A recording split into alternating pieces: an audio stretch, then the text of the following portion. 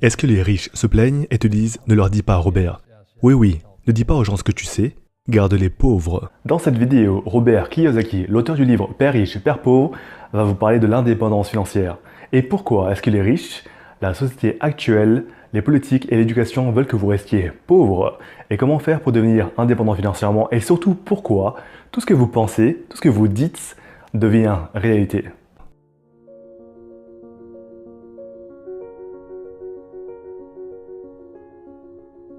Au moment où je vous paye, vous pensez comme un employé. Au moment où vous acceptez le salaire, votre cerveau est mort, c'est le piège. Les entrepreneurs travaillent gratuitement. Tant que vous avez faim, vous penserez. Le système scolaire est conçu pour vous apprendre à être un employé, un médecin, un avocat ou un spécialiste, mais jamais à propos de l'argent. Les pauvres seront toujours parmi nous, parce que ça commence ici.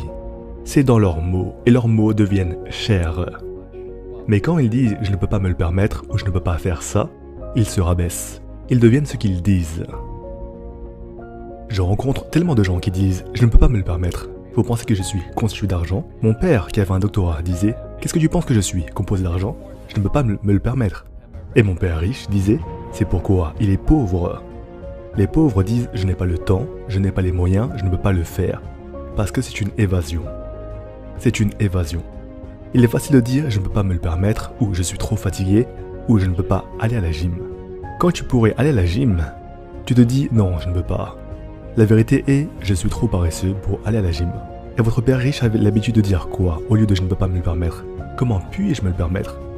Comment puis-je faire ça? Une question ouvre un esprit. Une déclaration ferme l'esprit. Alors quand vous dites « je ne peux pas me le permettre », votre esprit se ferme et vous devenez ce que vous dites. Les gens qui sont actuellement chez eux, qui ont des difficultés financières, qui craignent pour leur argent ou qui sont malheureux, qui gagnent peut-être beaucoup d'argent mais qui ne sont pas heureux de ce qu'ils font. Cela vous a probablement été appris. On a enseigné à votre super-ego « trouve un job ou une voiture » ou « tu ne seras jamais riche » ou « les riches sont maléfiques » ou peu importe. La pauvreté est transmise, c'est enseigné dans les familles. Et les classes moyennes sont enseignées dans les familles. Jusqu'à ce que vous changez votre mentalité, l'argent ne va pas vous aider. Et on voit ça chez les gens qui gagnent à la loterie par exemple. Ils ont toujours le même problème, parce qu'ils ont l'âme d'un homme pauvre. Si vous êtes pauvre, vous serez toujours pauvre. Et c'est vraiment difficile à comprendre, mais l'argent disparaîtra aussi vite. Tout comme la plupart des athlètes professionnels, ils font des millions de dollars. Et 65% sont en faillite 5 ans plus tard. C'est parce que ça vient de familles pauvres. Mais malheureusement, ce que disait M. Lipton, c'est transmis génétiquement. C'est la chose effrayante.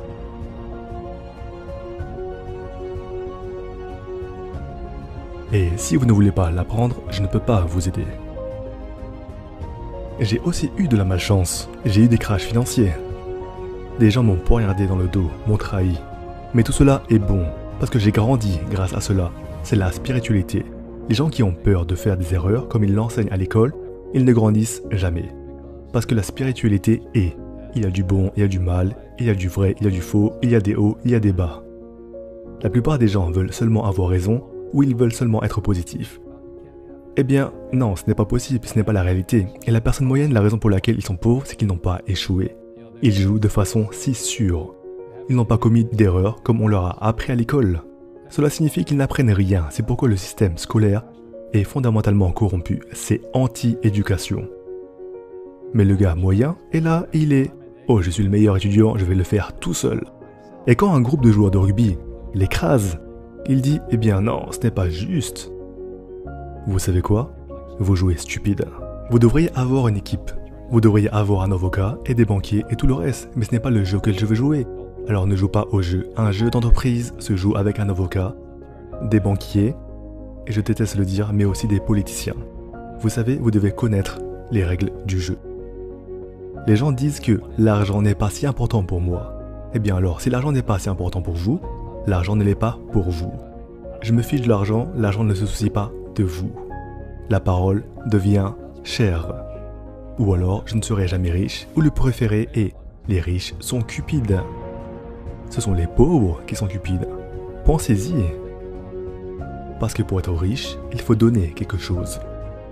Je devais produire des boîtes et des jeux et j'achète ensuite un bien immobilier, je fournis un logement, je fournis des emplois et tout ça. C'est pour ça que je suis riche. Mais les gens avides ne produisent rien. Einstein a déclaré « L'imagination est plus importante que la connaissance ». Mais la connaissance donne du pouvoir à l'imagination. Et ce que la plupart des gens manquent, c'est une véritable connaissance des affaires. Comme la comptabilité, comme le crédit, comme la fiscalité, vous devez savoir ce genre de choses. Mais ils ne l'enseignent pas à l'école, à personne. Vous voyez, la plupart des enseignants à l'école, ils sont hors d'éthique. Ils enseignent des matières qu'ils ne pratiquent même pas eux-mêmes. Parce que j'ai compris ce qu'est un faux professeur. Un faux professeur est quelqu'un qui veut juste un travail. Et il vous enseigne n'importe quoi. Ils vous apprennent à cirer des chaussures et vous gagnerez plus d'argent. Mais ils ne savent vraiment pas ce qu'ils enseignent.